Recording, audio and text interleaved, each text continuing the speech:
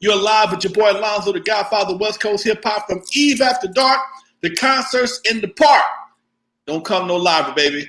I'm here. It's Tuesday. I missed y'all last week. I was in midair going for a little 2-day vacation, but now I've settled back down, and I'm here with my man Dusty Vision. He's on deck, waiting to come in right now. Dusty One. Lonzo, my man, what's going on, shit. player? I got my new toys over here, man. I forgot to put my headphones in. Nah. I'm tripping. I'm trying to figure out where you was at.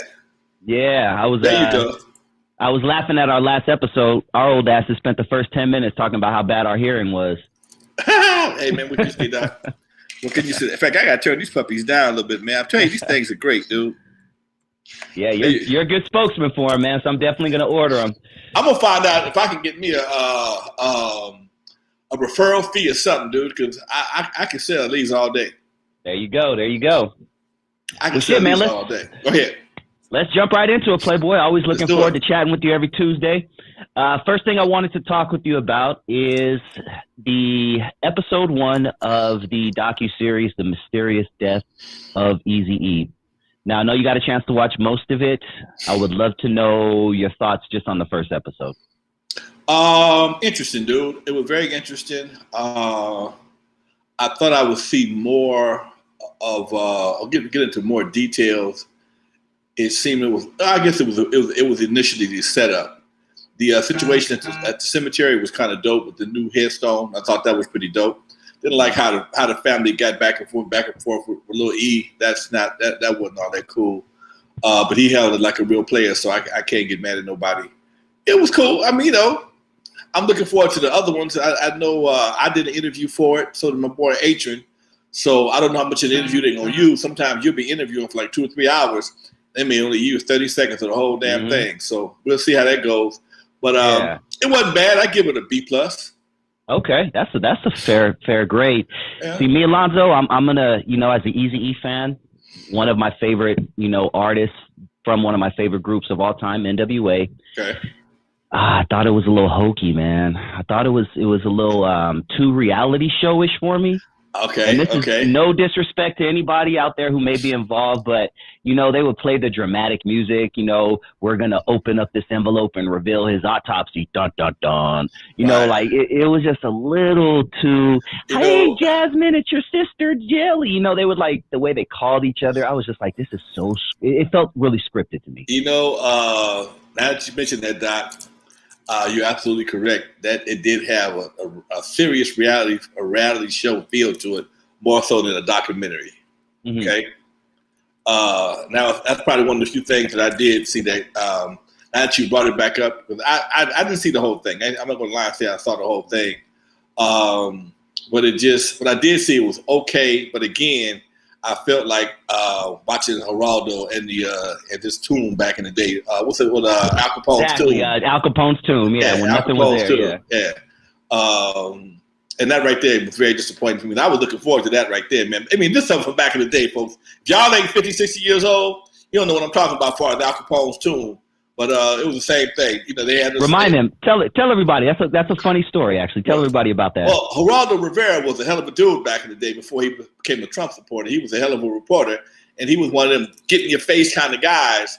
And he had went to Chicago and discovered Al Capone's tomb, or Al Capone's vault or something like that. Mm-hmm. And it was pumped up. It was pumped up. Back in the day, they pumped up shit. I mean, shit like that was a major event. And stuff like that, and Evel Knievel jumping over buses and Grand Canyons. And usually it was a bust at the end. Okay? It was a bust, but it was a lot of hype. And this Al Capone's tomb thing, man, or Al Capone's vault thing, they go all underground and they go back here. And they dug, and nothing happened. Not goddamn thing. They didn't find a penny, a bullet, a bottle of whiskey. They didn't find shit. And we like, oh, come on, man. And I think after that, he lost a lot of credibility with people. A lot of credibility. That was some serious flash in the pans, get the money, get the bag type situation. And folks who was followed, a lot of people who followed him kind of fell off after that. He kind of he kind of went to the left. You know, in fact, that's one of them jokes for the media. That's an Al Capone's tomb type situation, and that's kind of what I'm starting. I was kind of feeling the same way with the Eazy thing. No matter what, it was always this big dramatic build up with nothing. And then nothing. Yeah. I don't know. Hope it gets better. You know, for Eazy-E's legacy. Something like this, Tamika would have to approve, correct? No. Oh, okay. No. I don't think she had anything to do with this. I don't think she had anything to do with this. Okay. If I'm not mistaken, these ain't her favorite. They ain't each other's favorite people. Okay, this daughter right here. That's not Tamika's daughter. So I know Lil E is doing his own project, and he has Tamika's blessing on that project. But this right here, I don't think, if I ain't mistaken, I don't think this is a Tamika approved event. Okay. So someone, going back, I know I've kind of asked this question before, but so if someone just wanted, you know, out of the blue in 40 years, you know, you want to do a documentary on Lonzo Williams, your state can't put a kibosh to it? Well, they could, but it's my daughter, you know. Okay. I couldn't, you know, you and I just couldn't dig up no Eazy thing, but a family member could. Yeah, she has a right to be concerned about her, you know, what happened to her dad. You know, and 9 times out of 10, ain't nothing new gonna be discovered. Okay, 9 times out of 10, ain't nothing new gonna be discovered that people don't pretty much know already. It may confirm some things, some suspicions that people may have, but for the most part, I don't see, you know, anything that they're gonna discover that's gonna put anybody in jail, and damn sure ain't gonna raise them from the dead. So, you know, I understand they want some closure, but I don't see a television show having a lot of impact. You know, all it's going to do is reignite some suspicions, maybe confirm a few suspicions that we may already have. I don't see any real conclusions. Damn. Well, let me ask you about your opinion on this.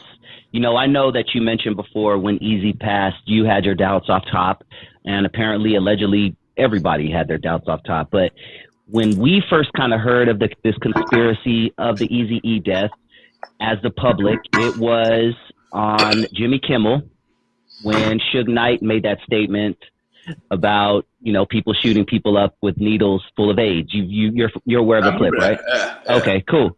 Yeah, I would love when you heard that. Do you remember what you thought at that time? Suge is stupid as fuck. That's the first thing in my mind. That's stupid. That's stupid because you ain't high on the favorable list when it comes to these people. Why put yourself to that direct line of fire with an accusation like that or a statement like that? Okay, you know, there's been people who have done the timelines. I've seen it on Facebook. I mean, on YouTube. A couple of guys did some timelines who possibly had access to Eazy to make that happen, and I think Suge was eliminated. A few people still were in the running, but still, you don't want to put yourself in a direct line of a situation like that, especially with accusations that you may suspect but don't have any real evidence of, because you know, folks want to close that case. If there's a case to be closed, you know, people want to close it. You know, could you imagine the cop that, you know, finds the evidence that can prove that he was taken out? Come on, man. That's some career building, movie making, book selling shit. Okay, so you don't want to play with that, man. You know, and at that time, you know, Suge was kind of feeling himself, and you know, dude, you know, there's a lot of things I saw during that era. I was like, you know, you must understand that there's no statute of limitations for murder. Okay.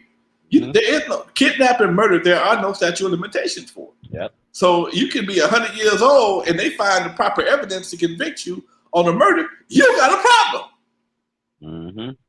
And you know, but sometimes people just like talking and playing word games, you know, to make themselves seem bigger, or to you know, they little breadcrumbs like they may know more than what they know.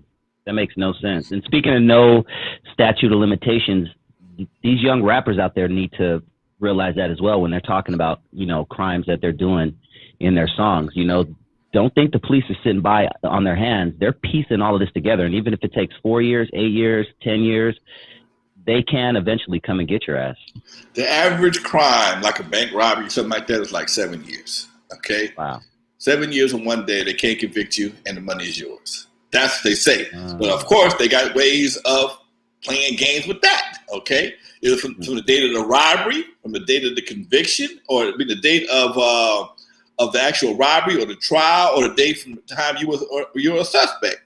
You know, it all depends on, you know, who your lawyer is and how bad they want to get you. There's some guys that robbed some black guys out of Carson. Did the biggest robbery in the Brinks history, downtown, the Dunbar robbery. Okay, North Hollywood or something? No, I'm thinking of something else. It was downtown. It was downtown, or either the guys was out of Carson. Okay. They rented a U-Haul truck, went to a club, left the club in disguise, robbed this place, came back to the club. Cops didn't know nothing till one of the guys spent some money and left the band, the band on the money, where the money came from. Somebody got suspicious, turned his ass in. They started tracking, and guys went to jail, but they still ain't found all the money. Okay? That was 20 years ago. They still ain't found all the money yet. Okay? Oh shit, huh? So, you know, is the fact that you in jail mean that the statute of limitations is up there? Could be. From the day of the crime, could be. I don't really know. I'm not a lawyer. But I do know that some things have statute of limitations, expiration dates, and two things that don't. I do know for sure. I don't know every damn thing, but I know for sure that kidnap and murder ain't no expiration dates on that. Damn. Okay? That's crazy. I ain't a lawyer. I'm just a cat that read. Yeah. Yeah, man. Let me ask you, and once again, hopefully this, you know, gets better. That's all I'll say. But let me see. They mentioned real motherfucking G's in that docu-series. What? And I know we talked about this about a year and a half ago, but once again, we have, you know, newer listeners and viewers. When you first heard real motherfucking G's from Eazy-E, talking about Dr. Dre and his lipstick and makeup and all that and sequins, what were your first thoughts? I ain't give a fuck. I licensed the nigga the damn picture. Shit, I didn't give a damn. I didn't give a rat's ass, because when I heard they broke up, you know, I'm always in the middle of some shit. Okay, I'm always in the middle of some shit. I knew Dre, I knew Eazy, blah blah blah. Everybody know that. And when I heard they broke up, I'm like, oh, that's interesting. I wonder why. Then I get a phone call later. Hey, Jerry, Lonzo, Jerry called me. Hey, Lonzo, I want to license some of the pictures about Dre in his doctor suit. Okay. Send me a check. And they did. And because I was never ashamed of the shit. And I didn't know they was going to, they did Photoshop that shit a little bit, though. They put some extras on that shit. Okay. They put some extras on that shit, okay? I got the original pictures. But, you know, I didn't why do I care about them beefing with each other? Okay, I did not care, because I knew it was all on bullshit. You know, I see so many guys, man, in this game. My homeboy, my ride or die, my day one, till the money show up. When the money show up, everybody, niggas off, nigga, you woo woo woo. What I did, you ain't this. And I've seen it too many times, man. I done seen it too many times. So I'm not gonna take sides on that. And I'm like, give me some money. Here, you get what you want. You got. If I have something you want, give me some money. I'm like, what's his name? Winchester. I'm gonna find the Indians and the Cowboys. I don't give a shit. Damn, man. Did you ever see the guys, fight, like physically fight? Like, hell no, you know? Never. No, okay. Never. No, never, ever, ever, ever. Dude, that's what I'm saying. I knew it was gonna be a war of words. They not them dudes, man. Them dudes. They don't. They're not the violent type. Okay, I've had conversations, and I've been in situations where I needed help, and I ain't getting none. Okay, I ain't getting none. All right. Wasn't for my other homies that had my back, I'd have been in trouble. Okay, I'm gonna leave it like that. Mm. Mm. Okay, so Yep. some cats you call when shit go down, and some niggas you push out the way to call the other. Come here, get the fuck out of here. You come over here, okay? But like when you picking a team, I want you and you. I don't want the little fat kid with the cake. Oh no, okay. I want some players over here, and no. You know, every once in a while, Yellow would surprise me with an act of retaliation, but usually it was late. Oh, really? It was late. That's all the hard work is done. Everybody, we didn't do all the hard work. There's some staggering going on here. Take off a little taste on somebody just to say he was there. But no. That was not the crew for that situation. Yeah. That's funny. Oh dude. man, this was funny. Let me ask you, man. N.W.A. made one word very popular amongst blacks, white, Asians. The first time I ever got told what N.W.A. was, it was from a Mexican dude, and he said it just like that. Niggas with attitude. Okay. The word nigga was not a word that everyone threw around. I mean, Richard Pryor had his album, you know, Bicentennial Nigger, and you know, Red Fox had nigger in his title, and they spelled it with an ER. It wasn't an A. That's why I'm saying it like this. I hope we don't get flagged. Damn. They don't care. But what were your thoughts when you first heard that name and how they were throwing that word around? You know what? For me, man, coming from where I come from and the era in which I was raised, I never thought it would fly. I didn't think it would fly at all. I had, dude, come on, man, y'all. That's like shooting yourself in the foot. But again, times was changing right in front of my eyes, and I didn't see it.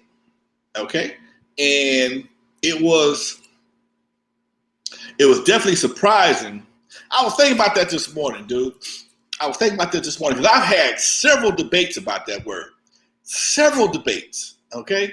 And I'm thinking to myself, a language like the English language that could have a word that's spelled the same way and mean two different things, like record and record, have three different versions of the word to, T-O-O, T-O, T-W-O, can take a PH and put it in front of a O, make phone, but still have to take the same F and make fool, put a G in knowledge, put a G in enough, and all the things that makes absolutely no sense grammatically. Absolutely no sense grammatically. Maybe you can take the ER, replace it with an A and make it a friendly word. I don't know, dude. I was thinking about that this morning, man. I'm glad you brought that up. Maybe you can take a word that has a derogatory meaning. Because sometimes when I'm on Facebook and I want to spell motherfucker, I'll spell fuck with a PH. Me too, because you don't want to get to flag or whatever. I'll spell the P-H-U-C-K-A. Okay, you know, and if I say it like that, then damn it, you know I'm clowning you. Okay, you know, and I got some partners. We call each other MFs all day long, and we know we don't mean no harm. Okay, we know we don't mean no harm, and you know you have to be careful how you type that word because for a person interprets it to a negative connotation. There's a problem not only between you and him, but on Facebook as well, or wherever you're using it at, whatever platform you're using it on. So I have to open my mind to the possibility that by dropping the ER and adding an A, that gives you a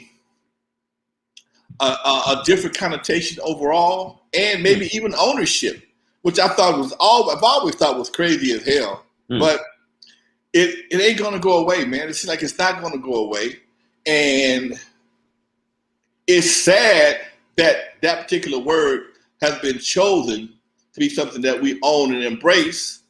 But it is what it is, man. And you know that's and especially when no matter who says it, how they say it, anybody else that uses it can get their teeth knocked out. Okay, that was N.A. or N.A. or G-E-G with an E or the A or E-R, you can get your cat peeled. Okay, Could you sure could? Very Be possibly careful. get your cap Be peeled. careful. Hey, what's up, my nigga? And you'll get your face busted. So that's the part I think that it's too close to call on one end because it can ignite too much of a problem, and you just playing with you running around with a road flare with somebody that's wearing gasoline draws. Okay, it's only a matter of time somebody's nuts get on fire. Okay, and that's what I'm seeing, Doc. That's the problem I have with it. I thought about that. I've been called a mother effer and laughed at. Okay. Because I knew the connotation based on what they were saying, okay, I knew what it was, okay? And sometimes it could be a badge of honor. You motherfucker, you. Okay, you? Yeah, I did that. What? You the bad, whatever the case may be, okay? It's just that, that particular word right there, oh, man, it's always going to be skating on thin ice with that one, Doc. Yeah. And I'm at a point now, I'm a little closer to the younger generation, even though I'm old as hell to them. But now I don't say anything because I don't give a damn because I'm old. But now I hear Asians say it. I hear Mexicans say it probably more than I hear black people say it. I was talking to a friend of mine, and like you said before, I've told the story before. I'm going to say it again. One of my boys has worked with DJ Mustard, and he said they were out in Oklahoma or someplace, predominantly white event, and they were singing DJ Mustard's song, My Nigga, My Nigga, My Nigga. And he said, because he and I had this conversation, he said, Lonzo, I got what you were talking about when I was in that situation. Have 4,000 or 5,000 people holler my nigga, I really felt some kind of way. Okay? Yeah, for people who don't know, this song says nigga probably 70 times in the whole song. No BS, I'm not exaggerating. Yeah, that's the hook. Yeah. That's the hook. My nigga, my nigga is the hook. And everything in the verse rhymes with nigga. So he's like nigga, trigger, bigger, figure, jigger, higger. And he said, man, I really felt some kind of way when I was in that position, and I'm sitting there and I got 5,000 people, 5,000 white people, and they wasn't using the A. They was using my nigger. Okay. He said, man, I had another young lady who, she and I had a conversation previous to her situation, and she was driving Uber at the time, and she says, she was picked up some folks in the Uber, and I think it was some Latino folks, and it was my nigga. She said, I felt some kind of way. Because all they said was my nigga this, my nigga that. And she said, I understand why we should have kept a cap on that. Because it can make you very uncomfortable for somebody not of your same race to use it. Tekashi 69, he says it with impunity. With impunity, okay? With impunity, all the hate he got going on, he don't give a shit. And it's like, I'm daring y'all to say something, okay? And what can I tell you, Doc? Yep, that's facts. And you've said this on the show 1,000 times, and this is probably the best example. But, we are the epitome of cool, and I mean black folks. And if we stop saying it, they would stop saying it. Whatever we do, if we start wearing leather jackets and open-toe cowboy boots, the whole world can start doing the same thing. We can have open-toe cowboy boots and chaps our asses out in chaps. If we deem it as being cool, that's gonna be the next fashion, and that's why I watch basketball players, man. Basketball players, and more so than anybody else, get tested, or they're guinea pigs for stylists. Okay. Stylists give certain people clothes to see the response of the public. Okay, Russell Westbrook and LeBron James both are great guinea pigs of stylists. The suit and coat, tie with the short pants and the combat boots. Yeah. I don't give a damn who wear that shit. I ain't wearing that shit. I don't care who wear that shit. I'm not doing that. Okay. I'm not doing the $40,000 bags. I'm not doing that. Yeah. I'm not doing that, okay? And I don't care who does it. So it's just certain things people put on certain people to give that item some legitimacy, and it's only a matter of taste and the timing for the general public to catch on to that and accept that as being, something that they're gonna roll with or not. Mm-hmm. Yeah, man. Good show so far, man. Shout out to the chat. You guys are keeping it cracking. If you guys have any questions, please post them in the chat about anything, about the mysterious death of Eazy-E, about anything. And I know I've asked this question a few times, and I'm going to ask it a few more over the next couple of weeks. But post in the comment section what podcasts you guys listen to. Post in the comment section what YouTube channels you guys listen to. I want to do a little, I'm doing a little marketing behind the scenes. So it all makes sense in a few weeks. But post anything in the comments. Let's see. Would Ruthless have been as big as it was without Jerry Heller? No way.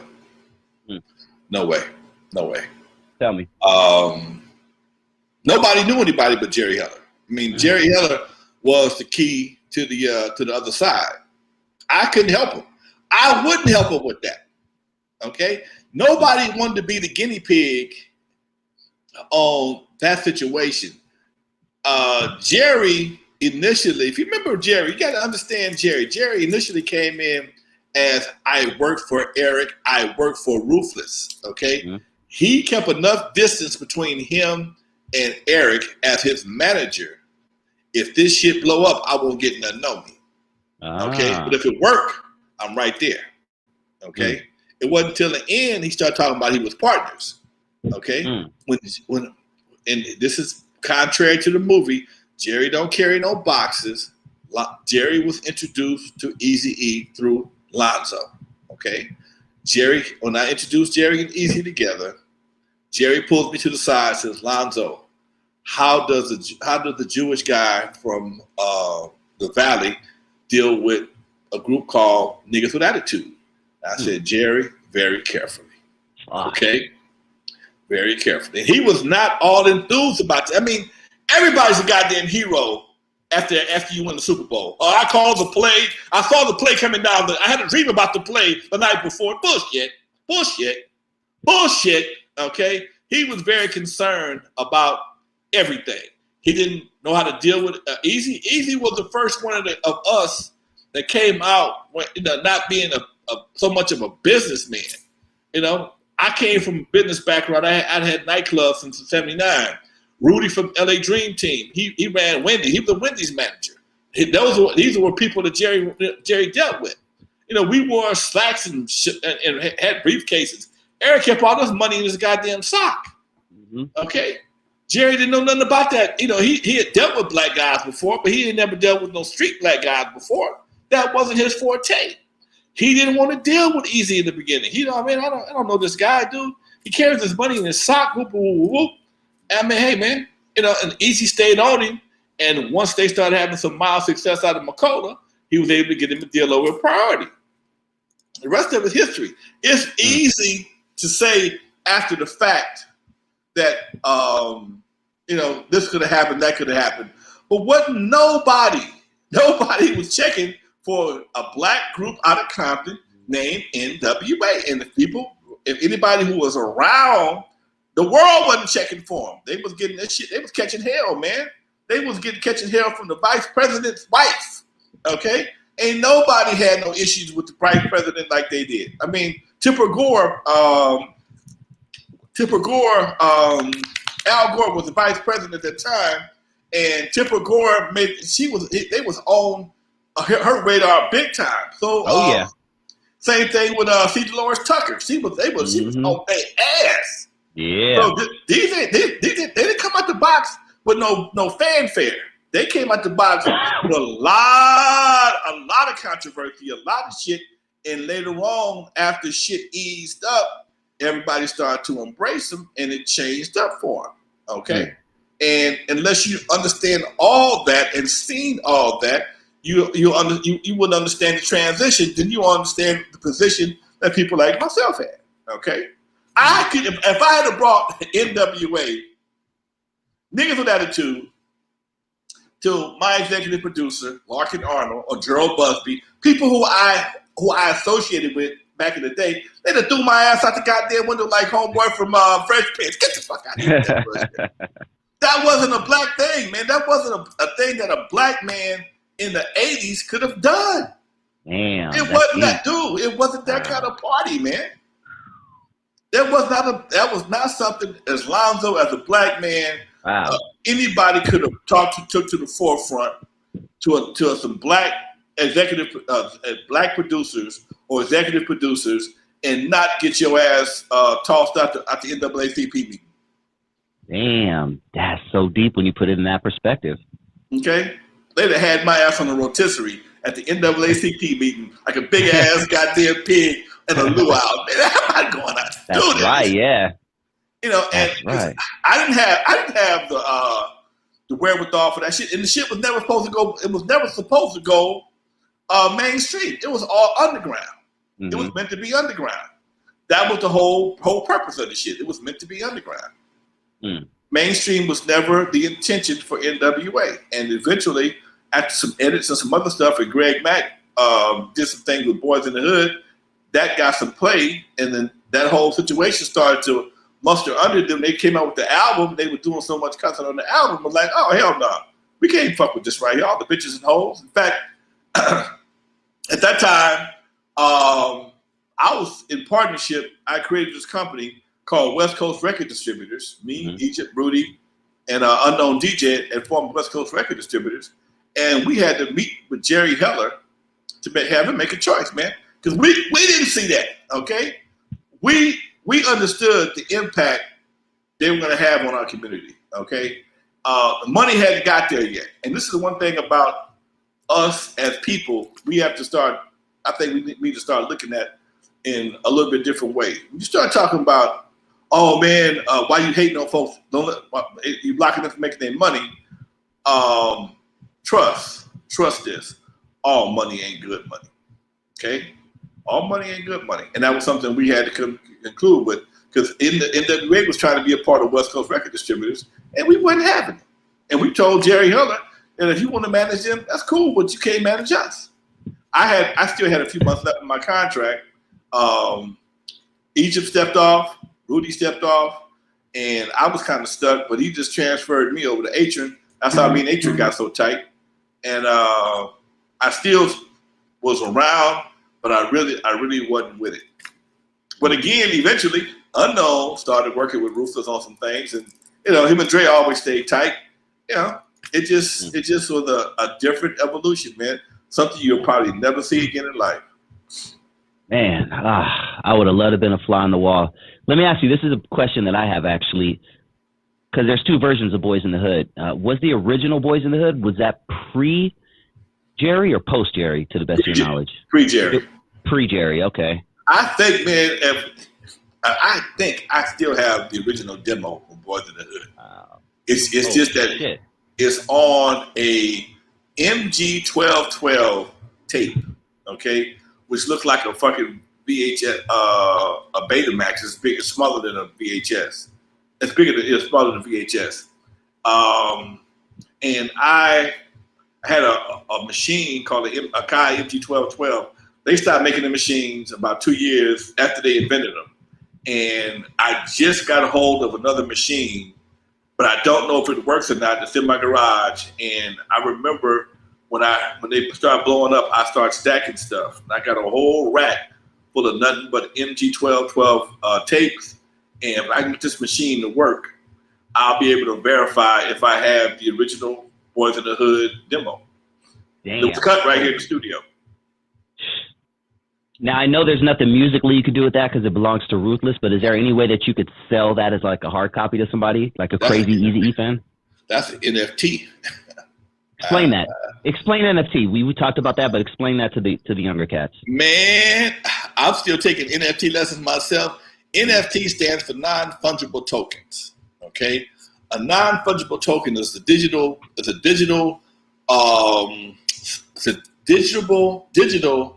situation that's connected to a blockchain.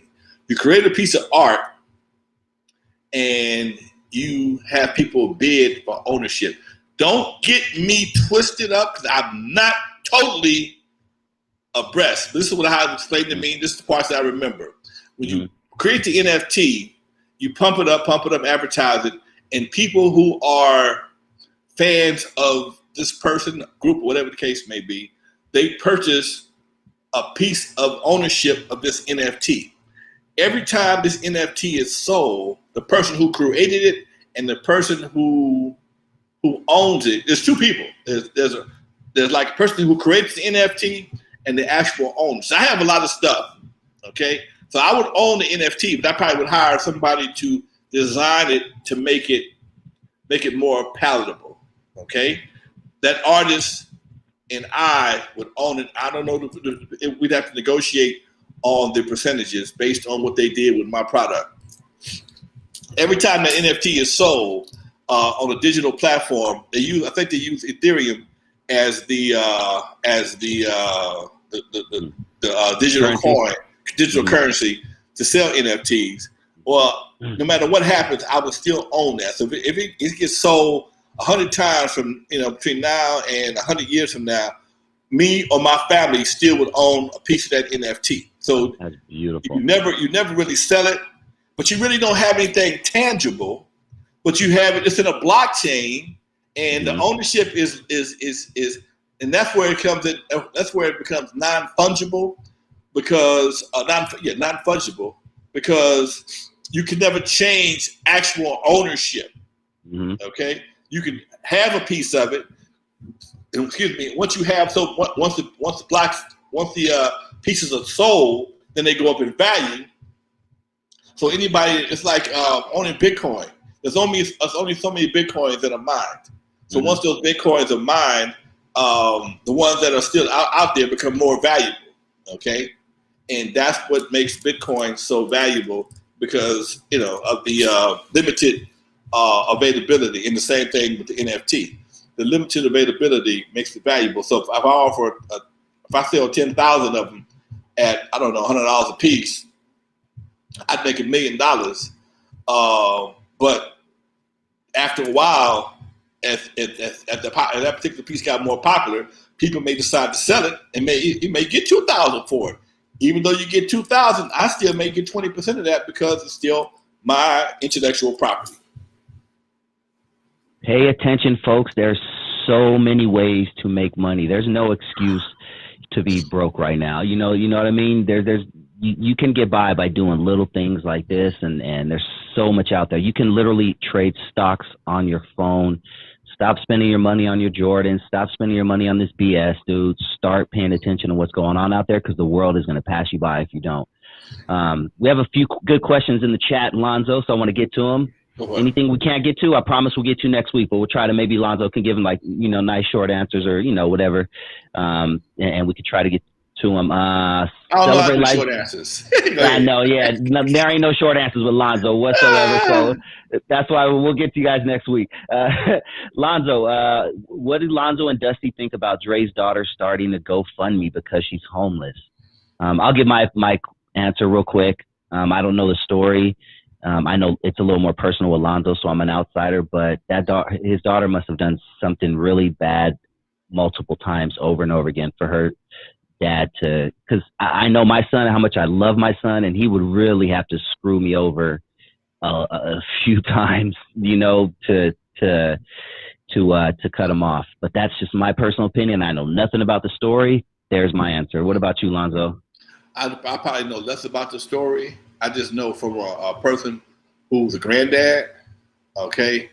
If my son pissed me off right now, my daughter pissed me off right now, I couldn't cut off my grandkids, okay? I couldn't. Right. That's my legacy, okay? Yeah. They're going to be here long after I'm gone. So I would not want them to think of me as being some kind of vindictive asshole because my mama, I fell out with their mama. How do you help? I don't know how old her kids are. I don't know if she's 38. So her kids probably still in their early teens, maybe some little older. But how do you help your kids if you're trying to send a message to the mom? Okay, if you help with the kids, and anybody from a fashion, not talking about the kid can look out for his mom. Okay, so if you're trying to send a message to the mom that you have limited access because of something she may have said, done, or whatever the case may be. I don't know, but she claims he has no relationship with his grandkids whatsoever, which is something that, oh my God, that's kind of hard for me to fathom as a granddad. But I'm a different kind of dude. Yeah. The GoFundMe thing, I think the whole put him on blast thing was like a publicity move for the GoFundMe. She got and a lot. It didn't work out. She It actually didn't? didn't get a lot. It did. Yeah, I don't know. I don't know. No. Last I checked, she had a goal of 50,000. And she's made 500. Okay, so Yeah.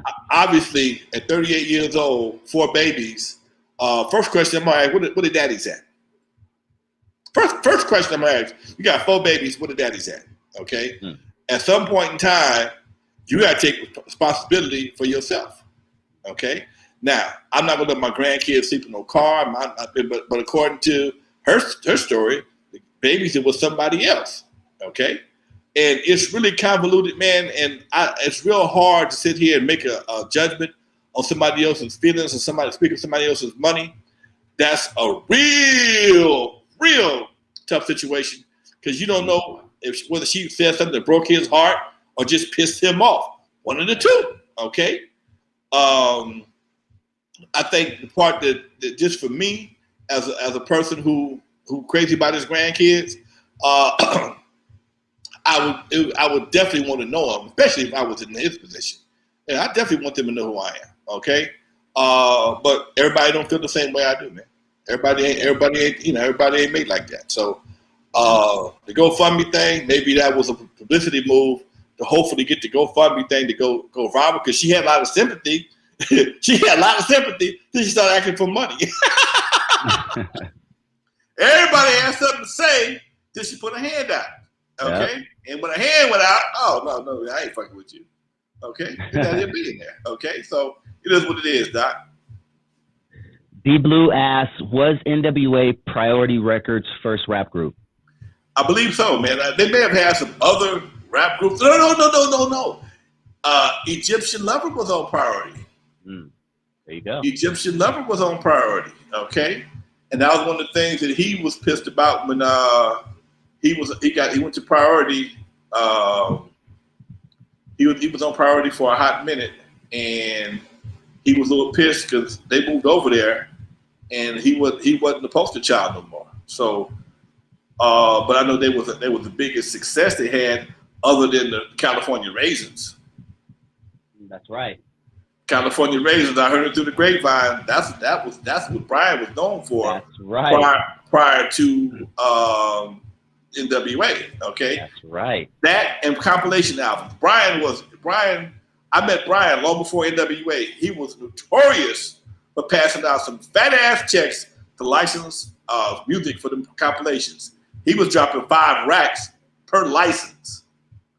5 racks per song. Easy. I mean, I love Brian Turner for that shit because you'll have a song that was okay and he licensed it from you, like I say, $5,000, and you still owned it, of course. There was a licensing deal, but he wanted to get it before it fell off the charts and before it fell off off people's minds. So he paid top dollar for it at that time. So he might license 10 songs, and if you had a couple songs on the album, shit, that was an easy 10 grand. And then his checks was coming like mail every week. They was coming faithfully. Him and Bill Walker from Thump Records, before the record industry went bad, their checks came like clockwork. Both of them. And then all of a sudden that shit changed and that shit dried up. Like bad pussy. Damn. All right, the chat is on fire. We have 50 people in the building. Thank you guys so much for checking out the show. Yes, this is really I love this. Yeah, lots of comments. Let's get to Art Chavez. This is a good question right here because I'm a hip hop nerd. Lonzo, history of any? I think he means any history of any female rap groups that started in the Compton area back in the day but never got big. I had one. What were they called? They had one. Fresh Flesh. Fresh Flesh. Fresh Flesh. Name. Fresh Flesh. Okay. I was trying to come with it. I had my own Vanity Six female rappers, two young ladies that was out of Ujima Village, and I had them rocking with us at Dudo's in the very beginning. Dre, of course, Dre was hitting one of them, and he produced a track for him. I don't think we put him on wax or like that. He just made some beats for him to kind of test him out. But yeah, Fresh Flesh. Yeah, Fresh Flesh. I gotta dig in the crates and find out if they have anything.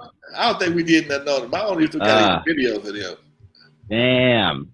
Tubby and I forgot the other girl's name, but Yvonne was one, and the other girl I forgot the other name. Yeah, they were on crew. They were crew cut Vanity Six proteges, and then you had Body and Soul. They weren't out of Compton per se. Excuse me. Body and Soul was Rose Hutchinson and D Barnes. D Barnes, yes, that D Barnes from Pump It Up. Yep.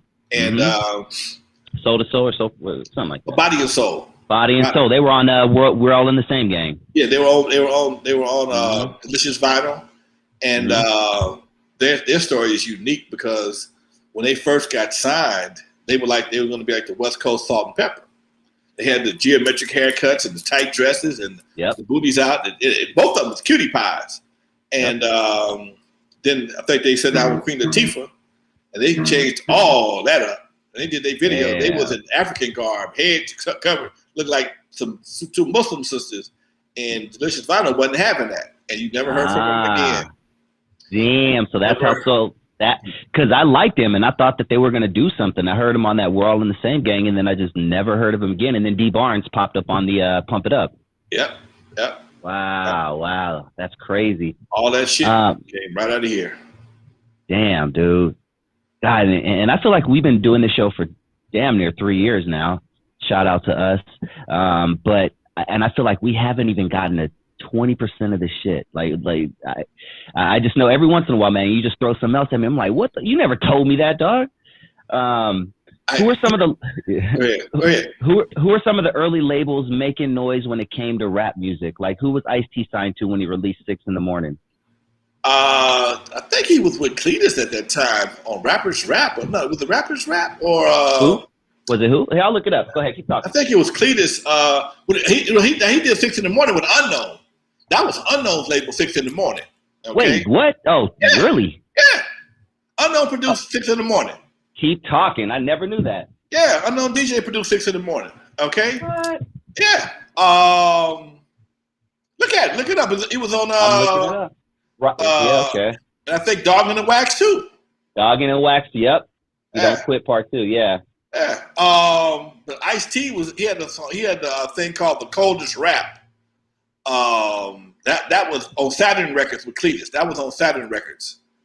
And when Cletus did my podcast a few months ago, he mentioned he went broke behind that shit because something happened at the last minute, and he had a bunch of records pressed up, and he couldn't sell them for some reason.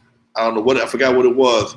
I don't know whether Ice-T had cussed or had something on the cover, but for whatever it was, he had it was something on there that prevented the record from being sold, and he said it cost him a whole lot, including his house. Wow. Yeah, it cost him a whole lot. Yeah, I'm looking at it right now. Unknown DJ was the producer. That's so crazy, and and apparently he wrote part of the song. Yeah. Damn. See, this is that stuff that you would not know if you did not tune into Alonzo's channel, ladies and gentlemen. This, unless you go to Wiki, which 50% of the time is BS anyway. I mean, you're only going to get these gems here. You know, and that's what I tell people all the time. People don't realize that's why I'm in most of the documentaries in the beginning, okay? Because ain't nobody. It was 3 guys doing this shit in the beginning. 3 guys, myself, Unknown, and Roger, rest in peace, Cake Plate. Okay, that's it. Everybody else came after us. Okay, we've been doing this shit since 1977. Okay, well, I've been doing this since 1976, doing dances and DJing. Okay, And there was 3 guys who started off doing dances that transitioned into hip hop. We were the only day ones. Okay, Roger not here with us anymore. Unknown don't do interviews. Why? I couldn't tell you. If you put battery cables on my nuts, I couldn't tell you why he won't do interviews. Mm-hmm. And that leaves my motor mouth fast to tell all the goddamn stories. Unknown got just as many stories, if not more, than I do, because he worked with N.W.A. after they blew up. He also got pants put on him by Suge, okay, and he got his own stories that are just as intricate as mine, but he just don't do interviews. Damn, dude. He won't even do my own podcast. That's crazy. I talk to the nigga almost every day. He may do something he may go in a room and call in, but he ain't gonna sit here on camera and do a damn thing. Yeah, we joked about this a couple weeks ago, but he was on. He apparently went with Yella to do this blot interview, and he said like 3 words just off camera. All you heard was a voice every once in a while. You never see the face, never nothing. Yesterday, Yella was on KBLA, and he called in and asked him a couple of questions about touring without N.W.A, going to different countries by himself without N.W.A. And that's why he's fucking unknown. Love that. Was it well known that Eazy was a local drug dealer? Let me ask you, did you know when you first met him? Like, you knew what was cracking? Eazy, did I know what was cracking? I had an idea because so many cats was doing it. It was kind of the hustle. If a nigga drove a Suzuki Samurai, he pretty much so dope, okay? Yeah, bad, yep. If he drove a Suzuki Samurai, he pretty much so dope. That was the kind of you had a Suzuki Samurai or a Nissan truck back in the 80s. You pretty much was a dope dealer. Okay, that was kind of the giveaway of that era. Okay, never saw him sell dope. Never bought no dope from him. I directed him toward people who may be able to service him. Okay, but I never knew the transaction was completed, and I never got a dime from it. But I knew people that he may have worked with. Okay, and it was understood. I don't care what you do, just can't do it nowhere around here. Now he wasn't like a corner boy. Okay, he knew somebody who wanted something. He knew somebody who had something, and he'd pick it up and drop it off, make his money keep on pushing. That was my understanding, okay? Because he was always around. A real cat like that, a real dope dealer, they not around. They got to be where their money is, okay? So he would make his transitions. I knew a few guys that worked like that. They knew where they had to connect, and they may get it for a good price. And they may throw $1,500, $2,000 on top of the connect, flip it, and be out for the week. To that person needed something else. It was done. Mm-hmm. It wasn't trying to hold a bunch of birds, a whole bunch of ounces and shit. No, I'm gonna go grab this right here. I'm gonna drop it off and get my money, and I'm out. That makes it harder for them to get caught up on either side with the good guys or the bad guys. And the good guys and bad guys are determined on who you looking at. Damn. Maybe we can end it with this question here and then talk about what you have coming up on Thursday. What's up, Lonzo? Was Dr. Dre mad at you when you gave pictures to Eazy when Dr. Dre was with the World Class Wrecking Crew? I'm thinking he's talking about the real motherfucking G's. I don't know. He probably was. But we wasn't talking then. By that time, we hadn't talked in 3-4 years. And after that, we hadn't talked God knows how long after that. I don't know. He probably didn't like it. How did the conversation go whenever they called you? They were like, hey, Lonzo, do you have any pictures of Dr. Dre when he was dressed up? Or like, did you approach them? Or what was the conversation like that you remember? I was sitting in my office minding my own business. And hey, Lonzo, Jerry called me. Lonzo, because Jerry knew I kept, Jerry knew, he knew call that shit and you collect out, I'm a hoarder, okay? Anything I do with my music, I'm a hoarder. And he knew the photographer that took the stuff, and we all use the same photographer, Phil Bedell. And you still have some of those pictures of Dre's in his white suit. Yeah, I got some pictures. Okay, send me what you got. I got a check for you. Okay, cool. Simple as that. That was it. Okay, nice. Yeah. It wasn't that I'm gonna ruin this. No, you got a picture of Dre in his white suit and his doctor suit. Yeah, and I had a picture of him doing this shit right here. I remember that. So the makeup and all that you said was touched up, or what was touched up that you remember? The eyeliner. I mean, he did have some. Okay. He did have some on, but they kind of thickened that shit up a little bit. Okay. Gotcha. They put some extras on that shit. Maybe a little more, put a little more blush on him and stuff. It's sad to see friends go after each other like that. But if they pay it, I don't give a shit. That's funny, man. Damn, dude, that was some great shit tonight, man. What do we have coming up on Thursday? You know what? I don't have anybody booked for Thursday as of yet, man. I don't have anybody booked. I'm gonna make a phone call. I have nothing booked, but I do have something coming up in September, folks. Your boy Lonzo is a prostate cancer survivor. Okay, Some of y'all may know that, some of y'all may not know that. But if you don't know that, if you do know that, that's why I'm doing what I'm doing.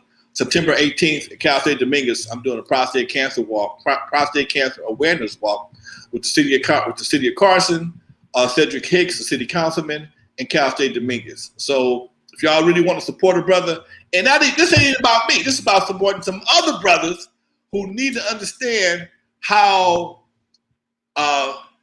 curable prostate cancer is. But because of these two fingers right here, cats take off running every time. And it ain't about these fingers no more, folks. It's about checking your blood, checking your different situations. And you may have to do this from time to time, but prostate cancer, of all cancers, prostate cancer and skin cancers, if caught early, are the best, easiest ones to have. Like the doctor told me, I'm all depressed. He says, you got prostate cancer? I said, yeah. I gave him all the particulars. The doctor said, nigga, you ain't even sick. Black doctor, nigga, you ain't even sick. If you gotta have cancer, you want prostate cancer and skin cancer. The problem with both of them is, especially prostate cancer, people wait till it's too late. They wait till they either pissing blood, they Johnson stop working, or they pissing repeatedly. And by the time you get to stage 4, it's only a matter of time before you up out of here. And the cold part about it, it takes a long time for the cancer to even move. I mean, prostate cancer is probably one of the slowest progressive cancers known to man. But again, if you don't take care of it, you realize there's no real symptoms till it's too late. And that's where the finger came in at, because they can go through your rectum and fill your prostate through your rectum to see if it's enlarged. That's probably the fastest way to check your prostate to see if it's enlarged. And now with all the other medical achievements through the PSA and the Gleason scores, blah, blah, blah, they can do it a lot easier. But as I realized that being at my age, the guys behind me coming up, the CNW cats, N.W.A. cats, and all the individuals who are looking at me, I'm their big OG, they're that age group right now. They're in that age group. 45 to 50 is where that shit start popping up at. So if I don't say that as an OG, I'm not doing my job as an OG. So that's why I'm doing a prostate cancer walk. Saturday, September 18th, Cal State Dominguez, from 10 to 2. I got a lot of support from the city of Compton, city of Carson, state senators. It's amazing, man. I've been calling my friends up, people who I've interviewed on my show, went to school with, like Steve Bradford. Lonzo, I'm coming. State senator. Emma Sharif, I talked to you today. Mayor Compton, Lonzo, I'm going to be there. So this is when a Rolodex and having a good cause come together. So if y'all can't make it, if y'all want to donate, go to lyricalrevolution.org. I'd love to have you in the building. If you want to sponsor somebody, it's $50 to sponsor somebody. 2 people for $75, and you can sponsor 5 people for $100. Okay, so that's all good. You get a T-shirt. We're gonna walk around there. We're gonna play some music. We're gonna have some singers, do some testimony about prostate cancer, and I'm gonna have you home before 3:00. So, but still, it's something that has to be done, because breast cancer gets a lot of love, It got the pink and the whole 9 yards. And I'm a Father's Day baby. I was born on Father's Day, so I'm a brother who was a daddy's boy. Okay, so when I don't see brothers getting the love that they need, especially something like prostate cancer that's curable, somebody got to step up. I take that. I'll step up. So that's what I'm doing, folks. I'm stepping up. Yeah. And for prostate cancer. And if people want to donate to sponsor one person for 50, 2 people for 75, or 5 people for 100, where do they donate to? Go to the website. Or should we go through you? Or should we go through you so you get the credit, or how does that work? No. It's all Lyrical Revolution, man. LyricalRevolution.org. We have event page, Eventbrite page. It has all the breakdowns. Whatever you want to do, man. So that's what we're doing right now. So I'm gonna be the first one. I'm gonna be the first one to take a step on this show. I'm gonna donate $100 to sponsor 5 people. So much love, you know you'll get my donation. You already know I'm good for it. I know. I did get your T-shirt. I did. I sure did. Yeah, I got it. Okay. All right. Much love. So that's it. And I encourage everybody out there, even if you can't afford the 100, the $50. You know what I'm saying? It's going to a good cause. Like he said, we see pink ribbons every year, pink that, but we never see the other side, and this shit's killing us, man. And that's the part, man. Football players got all this pink on, but nobody wear blue when it comes time for prostate cancer. Come on, man. We're football players, but the problem is them 2 fingers, that asshole, boy. You can't play with the man's asshole. And it's lyricalrevolution.org, right? LyricalRevolution.org.com. I got both of them reserved. All right, cool. A couple people in the chat were asking, so I just posted it. All right, cool. Always a pleasure, man. Thank you, folks. Much love to everybody out there today, y'all. Like I say every week, y'all, from the West Coast to the East Coast and everything in between, folks. From Eve After Dark to concerts in the park. You're live with your boy Lonzo, the Godfather of West Coast hip hop, and my main man, the Dusty One. Much love, Dusty. Much love, Peace, folks. Man. Peace.